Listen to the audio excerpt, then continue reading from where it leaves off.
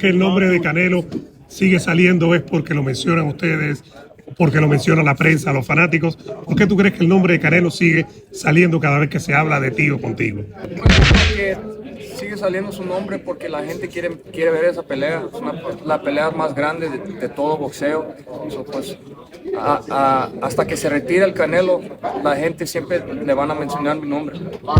Y pues estoy muy orgulloso de estar aquí en esta posición y como le dije a todos los fans, le quiero dar una guerra y eso es lo que va a hacer mayo 2. David, ¿qué sientes ir por un título en una tercera división y en una fecha tan mexicana, tan latina, el fin de semana, el 5 de mayo? ¿Qué es lo que sientes tú? Pues me siento muy orgulloso de tener esta oportunidad para pelear mayo 2, el fin de semana del 5 de mayo.